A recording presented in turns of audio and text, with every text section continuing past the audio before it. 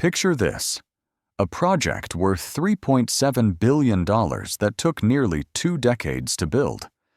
A resort that survived the global financial crisis, bankruptcy, and a worldwide pandemic just to open its doors. This is the story of Fontainebleau, Las Vegas, the promised pinnacle of luxury, destined to redefine Vegas opulence. But instead of a success story, since day one, it has been branded with a different label: a ghost town. Its grand opening was marred by executive departures, mass layoffs, and rumors of financial instability. Viral photos of absurdly overpriced food painted a picture of a resort completely out of touch with reality. So, how did the most anticipated resort in a generation become a symbol of failure almost overnight? Why did a project with so much potential fall flat so quickly? This is not a story about bad luck or a curse. This is a cautionary tale of corporate hubris and fatal miscalculations regarding location, pricing, and operations. Today, we are going to dissect the real reasons behind this disaster. If you're interested in understanding what is really happening in Las Vegas, beyond the glossy marketing tricks, you might want to consider subscribing. Reason 1. Open big. Empty fast. Take a good look. In the next few minutes, I am going to show you undeniable proof why a $3.7 billion masterpiece turned into a cold, empty shell the moment the ribbon was cut, and why the nightmare is far from over. Fontainebleau. The name itself embodies 20 years of bad omens. Breaking ground in 2007, it collapsed during the Great Recession, was sold for pennies on the dollar to Carl Icahn, and languished like a massive zombie skeleton in the middle of the desert. Fast forward to December 2023. After pumping in billions more in debt, they finally opened. But instead of rewarding us for 2 decades of patience, they delivered a slap in the face. Imagine the insolence. While competitors charge $75 for a spa day pass, Fontainebleau had the nerve to demand $150, double the price, for a facility that was not even fully operational. Housekeeping was sluggish, and checkout lines were endless. The first guests arrived expecting peak luxury, but left feeling fleeced. But numbers are brutal, and they do not lie. Occupancy rates hovered at a dismal 49%. Just picture that. Inside a massive hotel with nearly 3,700 rooms, on any given night, 1 out of every 2 rooms sits dark and empty. The consequence? Every single day, as the sun rises over the Strip, this property is incinerating about $400,000 in cash. It is a literal money pit. And this hits a nerve, especially for our generation, those of us who remember the values of Old Vegas, a place where your dollar commanded respect and quality. We have an allergy to hollow glitz. When we see a business firing staff while simultaneously hiking prices, we walk away. And our wallets have the power to sink any corporation.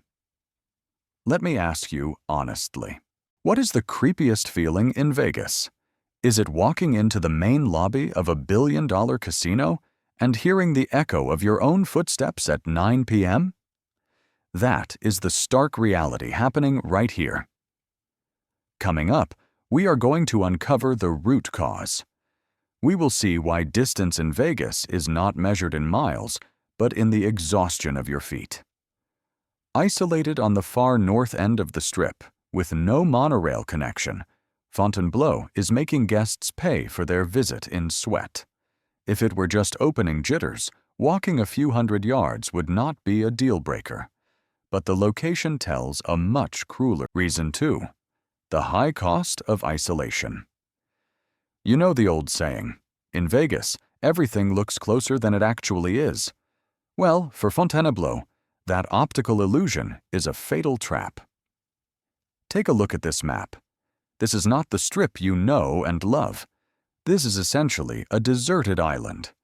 Let us do a little math that the real estate brokers do not want you to see. To get from the Bellagio, the true heart of Vegas, to Fontainebleau, you're looking at a hike of nearly 1.8 miles. For a 20-year-old, that is a brutal 40-minute trek under the scorching desert sun. But for our knees and backs, that is simply a non-starter. But the problem is not just distance, it is isolation. Fontainebleau sits lonely at the far north end, surrounded by what we call dead zones. Right next door lies the empty graveyard of the old Riviera Hotel, now just a massive, dusty, vacant lot. There is no foot traffic, no energy, no spillover crowd from neighboring casinos. When you walk out the front doors of this resort, you're not stepping into the glitz of Vegas. You're stepping into an eerie emptiness. And here is the kicker. The monorail system, the one thing that saves our feet, completely abandons Fontainebleau. It stops short at Sahara or Westgate, leaving a massive transportation gap right at the doorstep of this billion-dollar resort. What does this mean for you? It means once you are here, you are trapped. Want dinner at Caesar's Palace? Get ready to wait in line for a taxi or pay surge pricing for an Uber. Thinking of taking a stroll? Get ready to walk past desolate, unlit construction lots that, frankly, do not feel safe. In short, they built a 67-story palace, but they placed it in the middle of nowhere. They arrogantly expected customers to trek out to them, ignoring the inconvenience. That is the kind of hubris that comes from people who have never had to walk a mile in 100-degree heat. Now, conventional business wisdom says, if the location is bad, the price must be good. That is the trade-off. But Fontainebleau did the exact opposite, a decision so baffling that we need to expose it right now. Reason 3. Price versus value. Can you believe this? This is a portrait of a $3.7 billion failure served on a dinner plate. On January 22, 2024, a guest named Mike walked into the tavern at Fontainebleau. He ordered the nachos for $24. After waiting an hour, this is what they brought him. Exactly 6 chips. 6. This incident, mockingly dubbed Nacho Gate, racked up 1.2 million views overnight. Why? Because it is the perfect symbol for how Fontainebleau treats its guests. Champagne prices for a beer budget experience. Let us compare. Center Strip. At the luxury Cosmopolitan Hotel, you can grab a fantastic slice of pizza for $7. But up here, in no man's land, they are selling you 6 chips for $24. That is not business. That is price gouging. And the insult does not stop at the food. Look at the spa menu. They have the nerve to charge $150 just for a day pass to their celestial waters pools. Let me give you a reality check. At Qua Spa in Caesar's Palace, a legend in luxury, a pass is only $75 to $100. Even a 90-minute massage here can run you up to $350. You're being asked to pay double the price of the best icons in Vegas. And for what? To be a guinea pig at a rookie hotel where the pools were not even fully finished, yet they still charged the full $45 daily resort fee without blinking an eye. Why would they do this? Are they crazy? No. The answer is panic.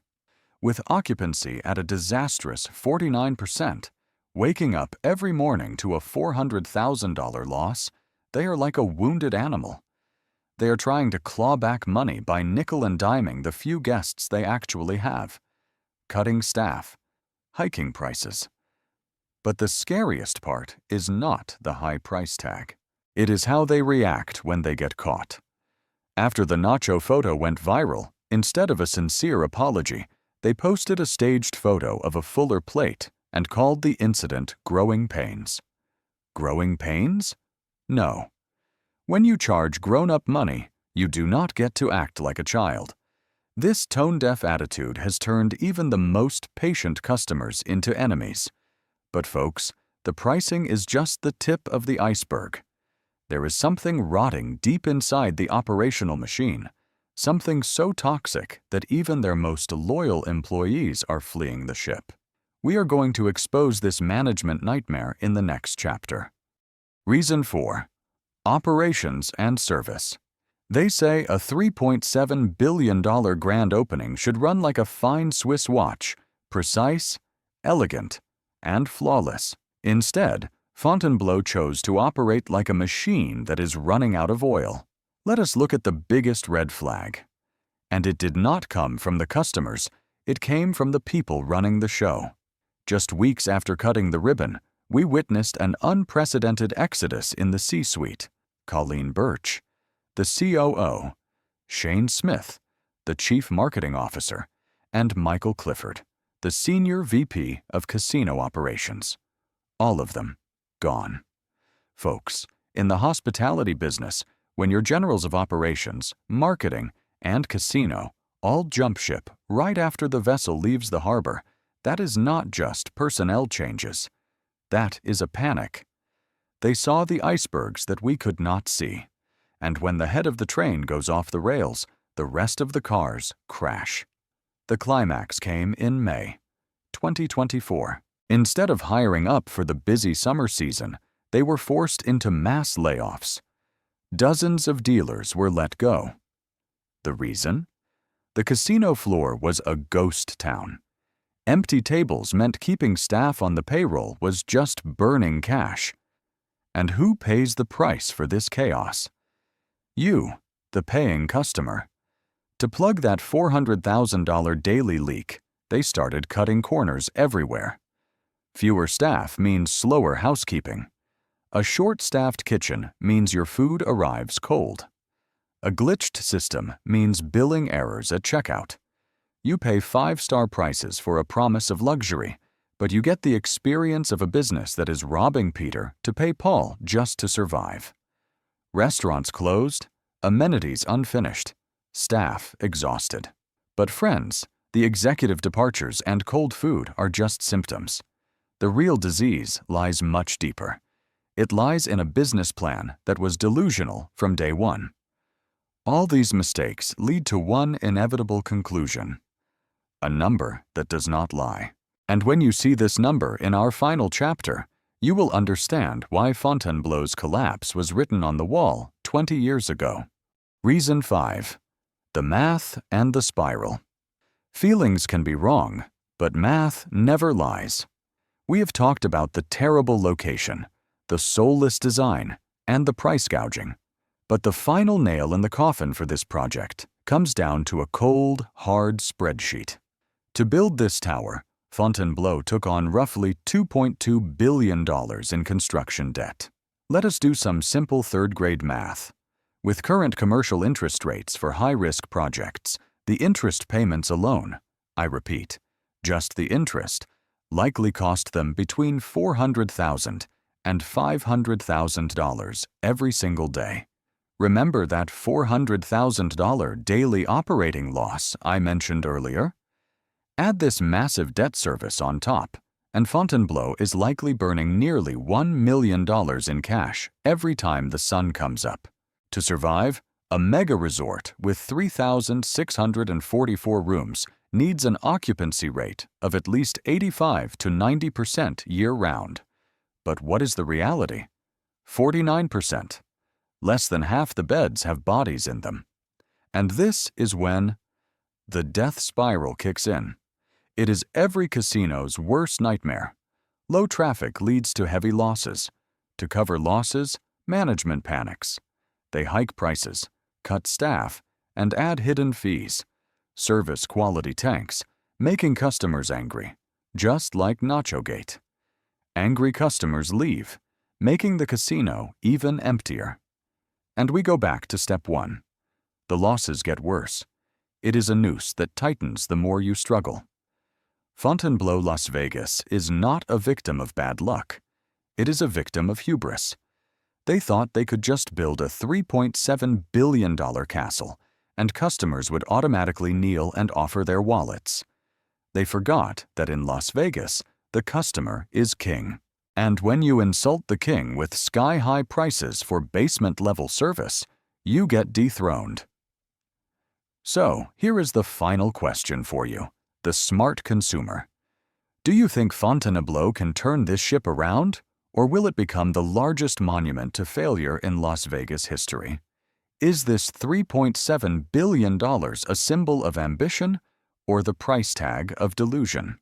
Let me know your thoughts in the comments below. I am US Peak, and that is the truth behind the numbers.